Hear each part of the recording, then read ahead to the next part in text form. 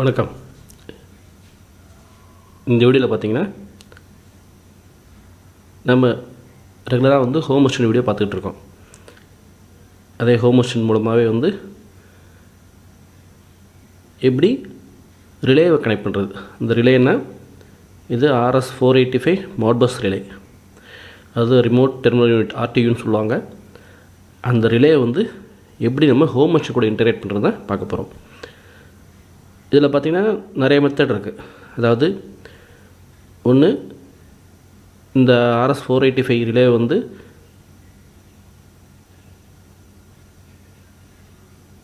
RS485 converter மூலமாக connect பண்ணலாம். இல்லைனா இந்த RS485 ரிலே USB மூலம் கனெக்ட் பண்ணலாம். அதே இந்த RS485 ரிலே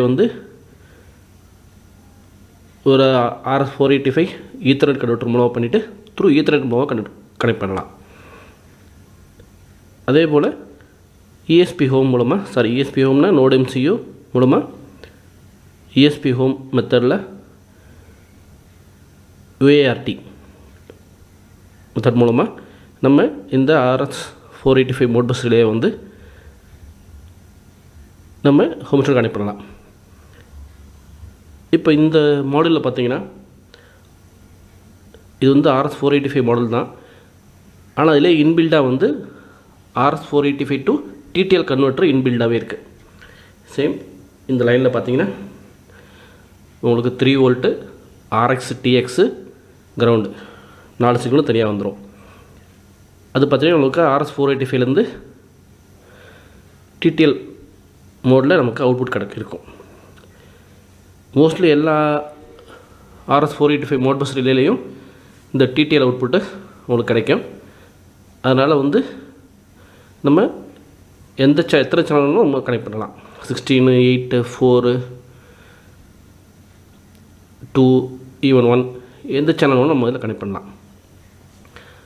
இதில் என்ன பண்ணிட்டோம் அப்படின்னா,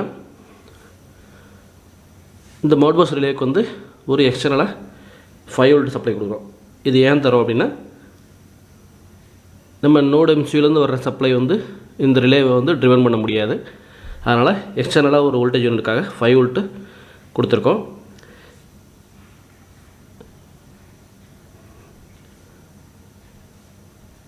இதில் பார்த்தீங்கன்னா உங்களுக்கு 485ஓட சிக்னல் அவுட்புட் இருக்குது. வேணுன்னா நீங்கள் இந்த 485ல் எகெயின் கன்வெர்ட்டர் யூஸ் பண்ணி USB கன்வெர்ட்டரில் யூஸ் பண்ணி பண்ணலாம். நீங்கள் யூஎஸ்பியில் கனெக்ட் பண்ணிவிட்டு நீங்கள் இதை கண்ட்ரோல் பண்ணலாம். ஆனால் நம்ம இந்த மெத்தடில் த்ரூ UART மெத்தடில் நம்ம ஒரு NodeMCU கூட பேர் பண்ணிவிட்டு நம்ம கனெக்ட் பண்ணுறோம். இந்த RX TX நம்ம NodeMCUவில் GPIO 5ல் RXும் GPIO 4ல் TX பின்னும் கனெக்ட் பண்ணிடுறோம். கனெக்ட் பண்ணிவிட்டு நம்ம அது மூலமாக தான் நம்ம ப்ரோக்ராம் பண்ண போகிறோம். ப்ரோக்ராம் பண்ணிவிட்டு நம்ம ESPHome மூலமாக எப்படி கண்ட்ரோல் பண்ணுறதா இதுக்கு பார்க்க போகிறோம். இதில் இந்த ஃபஸ்ட்டு இந்த LED பார்த்திங்கன்னா power LED, second transmission LED, அதாவது ப்ரோட்டோக்காலோட அந்த 485ஓட சிக்னல் LED. இது சேம் இந்த LED இந்த ரிலேவோட LED.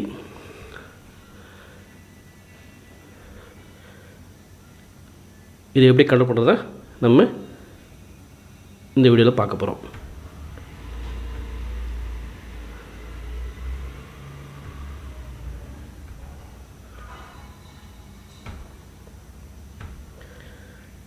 வாங்க இப்போ நம்ம ஹோம் மிஷின் உள்ளே போய்ட்டு எப்படி கான்ஃபிகர் பண்ணுறதை நம்ம பார்க்கலாம்.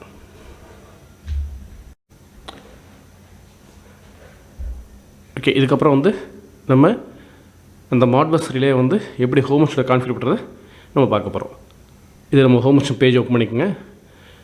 நம்ம முதல்ல நம்ம Modbusல ஒரு NodeMCU கனெக்ட் பண்ணியிருந்தோம். அதாவது இந்த UART TX RX சிக்னலை கொண்டு NodeMCUவில் GPIO 4, 5 மூலம் கனெக்ட் பண்ணிவிட்டு நம்ம கனெக்ட் பண்ணியிருந்தோம். அது மூலமாக தான் நம்ம இந்த ஹோம் மிஷினில் கான்ஃபிகர் பண்ண போகிறோம். இப்போ என்ன பண்ண போகிறோம்னா, இப்போ NodeMCUன்னு வர்றப்ப அது வயர்லெஸ் சிக்னல் இருக்கிறதுனால நம்ம த்ரூ வயர்லெஸ்ஸாக வந்து ESPHome மெத்தடில் இந்த Modbus-ஐ நம்ம கனெக்ட் பண்ண போகிறோம். அப்போ நீங்கள் நேராக உங்களோட ESPHome போய்டுங்க. ஜஸ்ட் ESPHome எப்படி உங்களுக்கு டிவைஸ் ஆட் பண்ணணும் தெரியும். நான் இதுக்கு முன்னாடி ஒரு டிவைஸ் ஆட் பண்ணி வச்சுருக்கேன். சேம் எப்படி ஆட் பண்ணணும்னா NodeMCU போங்க, ஜஸ்ட் கண்டினியூவில் போங்க, என்ன நேம் தெரியல கொடுத்துட்டு ஜஸ்ட் நெக்ஸ்ட் கொடுத்தீங்கன்னா உங்களுக்கு டிவைஸ் ஆட் ஆகிடும். இதை நம்ம ஆட் பண்ண டிவைஸு Modbus-Uart ஆட் பண்ணியிருக்கோம். இதில் எப்படி நம்ம கான்ஃபிகர் பண்ணுறது நம்ம இதுக்கு ஒரு பார்ப்போம். ஜஸ்ட் எடிட் டூலில் போயிடலாம். நம்ம இதுக்கு முன்னாடியே சொன்னோம், அதாவது UART மெத்தடில் தான் வந்து நம்ம இந்த Modbus-ஐ வந்து ஹோம் ஸ்டூடியோ இன்டெகிரேட் பண்ண போகிறோம். UART அதெல்லாம் வந்து நம்ம இந்த Modbus UART.yaml இந்த கான்ஃபிகரேஷன் ஃபைலில் வந்து என்ன பண்ண போகிறோம், UART நம்ம ஆட் பண்ணுறோம். ஜஸ்ட் UART ஆட் பண்ணிக்கணும். இதில் TX பின் 4 GPU 4லையும் RX பின் GPU 5லையும் நம்ம கான்ஃபிகர் பண்ணிட்டோம். சேம் இது Modbus. சேம் இதில் Modbus கண்ட்ரோலர். இந்த Modbus கண்ட்ரோலர் ஏன் நம்ம கொடுக்குறோம் அப்படின்னா, இப்போ நம்ம இந்த ப்ராஜெக்ட்டுக்கு வந்து 2 சேனல் Modbus ரிலே மாடல் நம்ம யூஸ் பண்ணியிருக்கோம். ஒருவேளை இதுக்கு நீங்கள் ப்ராஜெக்ட்டுக்கு வந்து இன்னொரு 2 சேனல், அதாவது அனதர் 2 சேனல் ரிலே ஆட் பண்ணணும், நமக்கு இன்னும் 4 ரிலே வந்து ரெக்குயர்மெண்ட் இருக்குன்னா நீங்கள் 1 more 2 சேனல் ரிலே ஆட் பண்ண போகிறீங்க அப்படின்னா, அப்போ வந்து இந்த Modbusக்கு வந்து டிஃபரன்ஷியேட் தெரியணும். அதாவது இந்த ஃபஸ்ட்டு மாடலுக்கு ஒரு அட்ரஸும், செகண்ட் மாடலுக்கு ஒரு அட்ரஸும், தேர்ட் மாடலுக்கு ஒரு அட்ரஸும் நம்ம டிஃபைன் பண்ணணும்.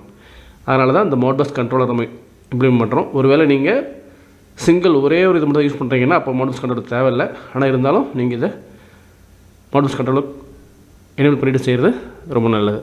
நீங்கள் Modbus கண்ட்ரோலரில் இப்போ அட்ரஸ் 0னா ஃபஸ்ட்டு மாடல், அட்ரஸ் 2னா செகண்ட் மாடல், அட்ரஸ் 3னா தேர்ட் மாடல், அதே போல் நீங்கள் எத்தனை மாடல் வேணாலும் நீங்கள் கனெக்ட் பண்ணிக்கலாம். இதான் ஒரு ஃபீச்சரு. இதில் கனெக்ட் பண்ணிவிட்டு நீங்கள் யூஸ் பண்ணிக்கலாம். எகெயின் சேம் பார்த்தீங்கன்னா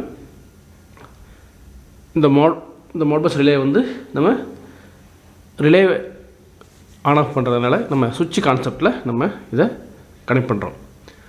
சேம் அதே போல் சுவிட்ச் ஃபங்க்ஷன் எடுத்துக்கோங்க. பிளாட்ஃபார்ம் வந்து Modbus கண்ட்ரோலர். ஏன்னா இந்த Modbus கண்ட்ரோலர் கால் பண்ணால் தான் உங்களுக்கு அந்த டிஃப்ரென்ஷியேட் பண்ண முடியும் எந்த Modbusன்ட்டு, அதனால் எந்த மாடலுன்ட்டு. அதனால் Modbus கண்ட்ரோலர் கால் பண்ணிக்கோங்க. Modbus நேமு, இது அட்ரஸ்ஸு, ரிஜிஸ்டர், இந்த 4 பாயிண்ட் முக்கியம். ஓகே, இப்போ இதில் அட்ரஸ் வந்து 0ன்னு இருக்குது. இதில் ஒரே ஒரு இது டிஃப்ரென்ஷியேட் தான். அதாவது ஃபஸ்ட்டு Modbus கண்ட்ரோலரில் நம்ம 1ன்னு ஆரம்பிப்போம். ஏன்னா 1 மாடல், 2 மாடல், 3 மாடல்ன்றது டிஃப்ரென்ஷியேட் பண்ணுவோம். அதுவே வந்து இந்த மாடியூலில் இருக்கிற அந்த ரிலேவை நம்ம அட்ரஸ் பண்ணணும்னா 0, 1, 2, 3 தான் அட்ரஸ் பண்ணுவோம். அதனால் இந்த அட்ரஸ் 0ன்ட்டு மாடியூல் 1ல் இருக்கிற ரிலே 1 இதான் அர்த்தம். இது ஆன் பண்ணுறதுக்கான இந்த ரிஜிஸ்டர் டைப் வந்து காயில், அதாவது Modbus வந்து காயில் தான் நம்ம டிஃபைன் பண்ணுவோம். அதனால் ரிஜிஸ்டர் டைப் வந்து காயில் டைப்பு கொடுத்துட்றோம். அதே போல் நம்ம செகண்ட் ரிலேவுக்கு சேம் இதே போல் அட்ரஸ் வந்து 1ன்னு கொடுத்துட்றோம். இப்போ தேர்ட் ரிலே இருந்துச்சுன்னா அட்ரஸ் 2, ஃபோர்த் ரிலேக்கு வந்து அட்ரஸ் 3. இது வந்து ஒரே 4 சேனல் Modbus ரிலே வந்து அப்படி கொடுப்போம். ஒருவேளை 4 சேனல் இல்லாமல் எகெயின் வேறு மாதிரி தனித்தனியாக மாடல் இருந்துன்னா அப்போ நீங்கள் இந்த Modbus கண்ட்ரோலரை வந்து Modbus ஐடி மூலமாக நம்ம இங்கே கால் பண்ணிக்க போகிறோம். இந்த பிளாட்ஃபார்முக்கு பதில் இந்த Modbus ஐடி 1 நம்ம கால் பண்ணிவிட்டு அது மூலமாக நம்ம ஒரு எந்தெந்த கன்சிக்யூட்டிவ் ரிலே இருக்கோ அந்த ரிலே ஆன் ஆஃப் பண்ணுறதுக்கு நம்ம யூஸ் பண்ணுவோம்.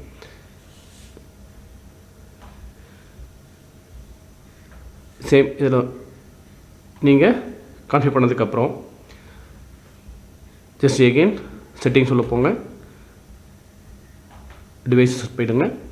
டிவைசஸில் போய்ட்டு உங்களுக்கு ESPHome இருக்கும், அதில் கான்ஃபிகர் இருக்கும். நீங்கள் ஜஸ்ட் ப்ரெஸ் பண்ணிங்கன்னா கான்ஃபிகர் ஆகிடும். இல்லை ஜஸ்ட் நீங்கள் போய்ட்டு நீங்கள் ஆட் டு டேஷ்போர்ட் கொடுத்தீங்கன்னா உங்கள் டேஷ்போர்டுக்கு ஆட் ஆகிடும். நீங்கள் எப்படி யூஸ் பண்ணலாம், இல்லைன்னா டைரெக்டாக உங்களோட டேஷ்போர்டுக்கு போய்ட்டு டேஷ்போர்டில் எடிட்டில் போய்ட்டு ஆட் கார்டு கொடுத்து பட்டன் ஃபங்க்ஷன் கொடுத்துட்டிங்கன்னா ஜஸ்ட் Modbus-Uart switch 1 இருக்குங்களா, Modbusன்றது நம்மளோட என்டிட்டி, switch 1ன்ற இது ஃபஸ்ட் ரிலே. ஜஸ்ட் நீங்கள் கொடுத்துட்டு ஜஸ்ட் நீங்கள் சேவ் பண்ணாலும் உங்களுக்கு ஆட் ஆகிடும். இந்த மெத்தட்லையும் பண்ணலாம். எகைன் இப்படி இல்லாட்டினாலும்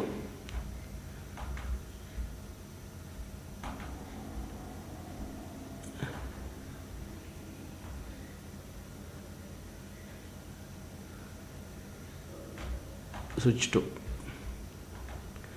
இதை ஆட் பண்ணிக்கிட்டோம். ஆட் பண்ணிவிட்டு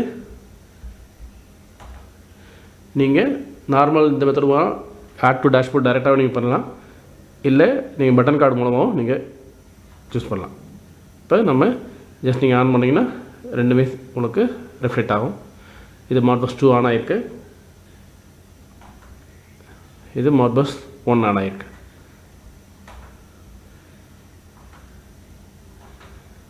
போத் ரெண்டுத்தையும் ஆன் பண்ணுறதுக்கு நம்ம இந்த பட்டன் யூஸ் பண்ணுவோம். இதில் வந்து நம்பர் ஆஃப் ரிலேஸ் வந்து அதிகம் யூஸ் பண்ணலாம். ஆனால் நம்ம ப்ராஜெக்ட்டுக்காக ஒன்லி 2 ரிலேஸ் மட்டும்தான் நம்ம யூஸ் பண்ணியிருக்கோம். நீங்கள் 4 ரிலேஸ் 8 16 உங்களுக்கு எவ்வளோ தேவையோ அதுக்கேற்ற மாதிரி நீங்கள் Modbus ரிலே ஆன் ஸ்டார்ட் பண்ணிக்கலாம். இப்போ நம்ம இந்த மெத்தடில், அதாவது UART மெத்தடில் நம்ம ஹோம் கனெக்ட் பண்ணியிருக்கோம். இதே இப்போ நம்ம வந்து த்ரூ லேன், அதாவது ஈத்தர்நெட் மூலமாக எப்படி இந்த Modbus நம்ம கனெக்ட் பண்ணுறதை இனி அடுத்து வர வீடியோவில் பார்ப்போம். உங்களுக்கு அனைவரும் இந்த வீடியோ பிடிச்சிருக்கோம். இதை எப்படி உங்களுக்கு யூஸ் பண்ணுறது உங்களுக்கு தெளிவாக தெரிஞ்சிருக்கும். ஒருவேளை உங்களுக்கு சந்தேகம் இருந்ததுன்னா எனக்கு கமெண்ட் பண்ணுங்கள். இந்த கிஷோதரன் டெக் சேனலை சப்ஸ்கிரைப் பண்ணுங்கள்.